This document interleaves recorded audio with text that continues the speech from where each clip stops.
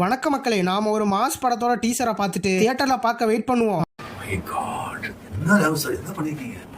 அந்த படமே நின்னு போயிட்டா இந்திய சினிமாவையே திரும்பி பார்க்க வச்ச மருதநாயகம் முதல் தளபதியோட ஜேம்ஸ் பாண்ட் ஸ்டைல்ல யோகன் வரைக்கும் சில படங்கள் மட்டும் வந்திருந்தா இன்னைக்கு தமிழ் சினிமாவோட லெவலே வேற. ஆனா அந்த படங்கள் ஏன் பாதியிலேயே நின்னுச்சு? அதுக்கு பின்னாடி இருக்கிற ரகசியங்கள் என்ன? இன்னைக்கு லோகன் டாக்கீஸ்ல நாம பார்க்க போறது தமிழ் சினிமாவின் டாப் 5 கைவிடப்பட்ட மாஸ்டர் பீஸ் படங்களை பத்தி தான்.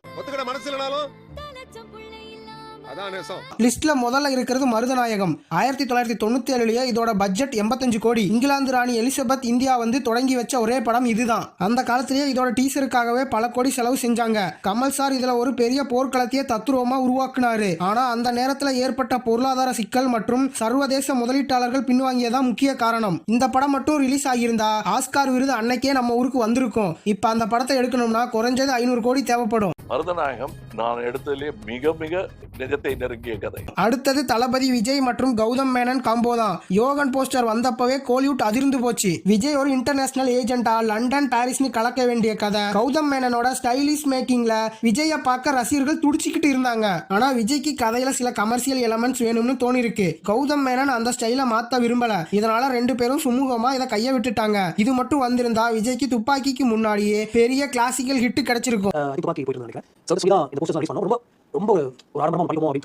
பாபா படத்தோட ரிசல்ட்டுக்கு அப்புறம் ரஜினி சார் KS ரவிக்குமார் கூட இணைய வேண்டிய படம் தான் ஜக்குபாய். படையப்பா மாதிரி ஒரு பெரிய ஆக்ஷன் படமா இதை பிளான் பண்ணாங்க. லண்டன்ல லொகேஷன் எல்லாம் பார்த்தாச்சு. ஆனா அந்த நேரத்துல ரஜினி சாருக்கு இருந்த ஆன்மீக ஆர்வம் மற்றும் அரசியல் குழப்பங்களால படம் தள்ளி போய்கிட்டே இருந்தது. ஒரு கட்டத்துல அந்த படம் கைவிடப்பட்டு அதே கதையை சரத்குமார் சார் நடிப்புல வேறொரு தயாரிப்பு நிறுவனம் எடுத்தாங்க. ஆனா ரஜினி அந்த ஸ்டைலான அப்பா கேரக்டர்ல நடிச்சிருந்தா எப்படி இருக்கும்னு யோசிச்சு பாருங்க.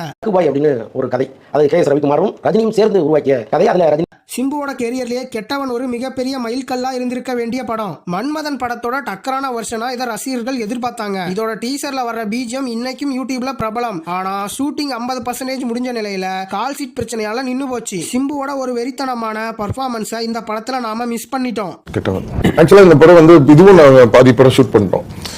கடைசியா சூர்யா கௌதம் மேனன் காக்க காக்க வாரணமாயிரம் கொடுத்த இந்த மேஜிக்கல் காம்போ ஒரு அழகான ஜோடி சிட்டி லவ் ஸ்டோரிய சென்னையில் ஒரு மழைக்காலம்னு ஆரம்பிச்சாங்க.